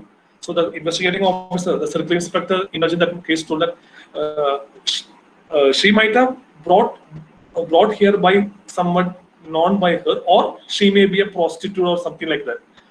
She was about 120 kilograms of weight, and she is about 4.5 feet. So you just think of her body, such a obese, short lady. So I told her I don't consider her to be a prostitute anyway, because she was very dark in complexion. Anyway, maybe, I don't know the details. Then I asked that there is no house nearby.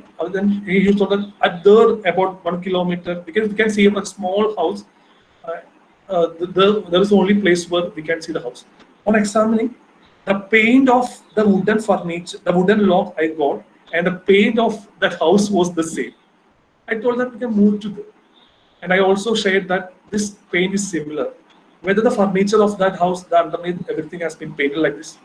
And sharing this thing with the investigating officer, we moved to the house and we called the house. A lady came out and we told that whether who is in charge of this house. And he told that her husband went outside. Usually there are many Bengali people working here. For the past 2 weeks, they went home. So no Bengalis. He is a carpenter. He's a carpenter. And she showed the shed in which they do this carpenting works. And to our surprise, not our surprise, we could see that every furniture in their home, the lower aspect has been painted by a similar paint, maybe to cedulate like some pest to protect the chairs from the pest. Meanwhile, the investigating officer told that please, shadow the person, the husband, and by tracing his mobile, within 1 hour, the police constable came and told that this person was in this tower yesterday night. And now he is moving from this place to that place. The investigating officer asked him to take him into custody. Actually, on that night, I received a call from the investigating officer that the case was solved. Actually, it was a very much planned murder. She was planned to be killed in that place because there were no other people nearby. So if she shouted at any point, it won't be heard by anyone else. So actually, there were 3 culprits. One culprit was her husband, other one was this guy, and the third one was a setup of his husband, second wife of her husband. She is a money lender. She is like a gunda itself. Although she's short, she is hefty. She used to lend money, and she had lent money to this person, to this carpenter, some years back, and they started quarreling and started demanding the money back. At that time, what happened was that the carpenter, and her husband are friends. Her husband, am I complicating you? It's a very complicated story. The husband, although they are husband and wife, she is not giving any respect to this husband. So that he went and had another, say, Kochuveed setup. It will say set in our premises. Kochuveed setup is second, not a wife, husband and wife. He used to move to another lady's room, house to lie down or something like that. That's Kochuveed setup. Chinnaveed, not Kochuveed, Chinnaveed setup. So these 3, and because of this, this lady, the deceased, the dead lady, and that lady was enemies. Because of his relationship, she and husband were quarreling each other. So for all these three people, the common enemy was that. So they planned heavily that she can be called and he will be brought to this place on that night by the husband. Meanwhile, the lady, she will be hiding inside the beneath the tree, and both of you, that is the carpenter, will come, will strangulate her, so that she will open up her mouth, so that the calyx poison can be poured, and she may be restrained, and she can be poisoned and dead. And tell on the next day, the husband will go and tell that she died. So he said she had some financial concerns, something, and be shared by the husband. So that when the husband is there in their side, the case will be gone. Such a so complicated planning was there. But the problem what happened was that when they tried to restrain her, this lady just gave a hit towards the carpenter fall down, hold her neck of the husband, and she lifted him up. Meanwhile, seeing that Chinnavid, that other lady, came and strangulated her so that she will open up. So they tried to pour the calyx. She hit over the calyx bottle. The poison went and fall into her. Seeing all this carpenter went home and take a wooden lock and hit on her head. Meanwhile, she had heavily injured the husband and the Chinnavid. And the whole planning was futile. So that will happen. Whenever you plan extremely high, that may not work out as if in films. For example, in Drishyam, you might have heard, it's a very, he's very genius, we all will tell you. But according to our dictum, it says that it is impossible for a person to bury someone else without making any evidence. It's not possible for a person to bury someone else without making any evidence. Anyway, he may fail. Somewhere he will be visualized or witnessed by somebody else, or he cannot do a work by that. Somebody said Locard's rule, Locard's principle. Some point evidence you may fail, because I do believe someone else is controlling everyone. So how you complicate your thinking? You just read the story of Tandoori murder case. Tandoori murder case is a case in which, after killing his wife, he cut her into pieces and put into a tandoori kebab. And later, what happened was that, as somebody told, that burned areas will lose the DNA analysis. And the first autopsy came that she died due to burns. And the second autopsy was done, in which in the skull they identified 2 bullets, and the DNA identified her body, and the opinion changed, and the husband was punished. Let's read about certain cases. How intelligent are you? You may not succeed. And there will be the presence of God's invisible hand. And for we people, just do a good postmortem examination. Something will be there which cannot be answered logically. We will write in the postmortem certificate. And if somebody go and find the reason behind this, for example, like the contusion over the back of his chest, go and investigate, and if we get an answer, certain things, certain foul plays may be revealed.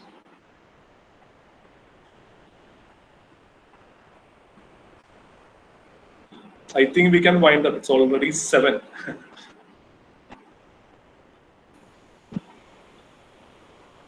Yes, sir. So with this, we come to an end. Thank you, Dr. Manu, and everyone present here for making this talk a great success. I would also like to thank our faculty advisor, Dr. Sadananda, and the School of Biology for their continued guidance and support. Thank you. Thank you all. Thank you all for inviting me once again. Thank you for your patient hearing. Thank you. Thank you for the talk, sir. It was really interesting.